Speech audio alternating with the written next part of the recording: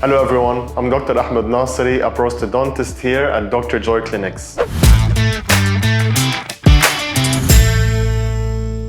The first one, if the tooth is heavily decayed, heavily destroyed, severe destruction is happening on the tooth, and yet we can save it, we tend to go for dental ceramic crowns, as those offer extreme protection, function, and cosmetic as well. Another reason is if we have to do a root canal treatment on a tooth, after the treatment is done, in many cases the tooth becomes dehydrated, weak, and fragile.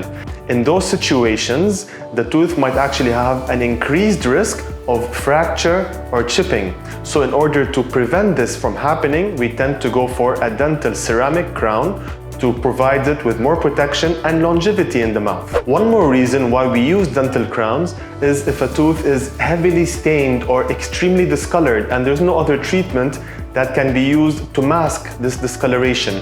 So in those situations, we tend to go for ceramic crowns because they have the ability and the feature to mask the discoloration of the tooth, providing a very nice, natural, beautiful look. So book now for your consultation here at Dr. Joy Dental Clinics so we can have a look and assess if your teeth need dental crowns so we can provide a long-lasting, beautiful smile.